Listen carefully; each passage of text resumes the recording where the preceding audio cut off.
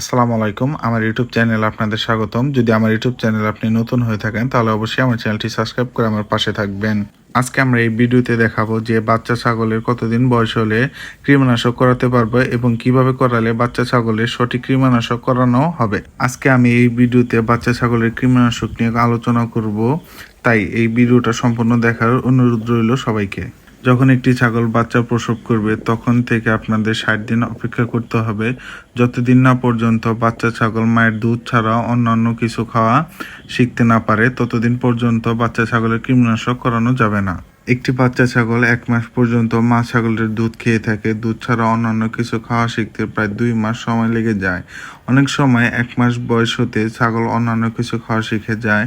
আপনারা যদি 1 মাস থেকে 1.5 মাসের বাচ্চাদের কৃমিনাশক করান তাহলে কিন্তু অনেক সমস্যায় পড়তে হবে, যেমন বাচ্চা ছাগলের পাতলা পায়খানা, বাচ্চা ছাগলের জ্বর ও বাচ্চা ছাগলের শরীর দুর্বল হয়ে পড়বে।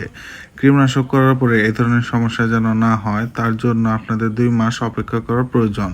আর এই 2 মাস পরে বাচ্চা ছাগলের কৃমিনাশক করানো প্রয়োজন। আর যদি তা না করেন তাহলে আপনাদের একটি ভুলের কারণে দেখা যাবে যে অনেক বড় ক্ষতি হয়ে যাবে। বাচ্চা ছাগলের বিভিন্ন রোগের সমস্যা দেখা দেবে। বাচ্চা ছাগলের কৃমিনাশক করার আগে কিছু নিয়ম মানতে হবে, যেমন বাচ্চা ছাগলকে আগে 10 থেকে 15 দিন লিভার টনিক আর ভিটামিন খাওয়াতে হবে যেন তারা সুস্থ থাকে বা ছাগলের শরীর দুর্বল যেন না হয়ে পড়ে। একটি বাচ্চা ছাগল মা ছাগলের দুধ খাওয়া থেকে যখন অন্য কিছু খাওয়া শুরু করে তখন দেখবেন বাচ্চা ছাগলের গ্রোথ অনেক ভালো হয়। তখন আপনারা যদি কৃমিনাশক করান তাহলে এই বাচ্চা ছাগলের গ্রোথটা থেমে যাবে।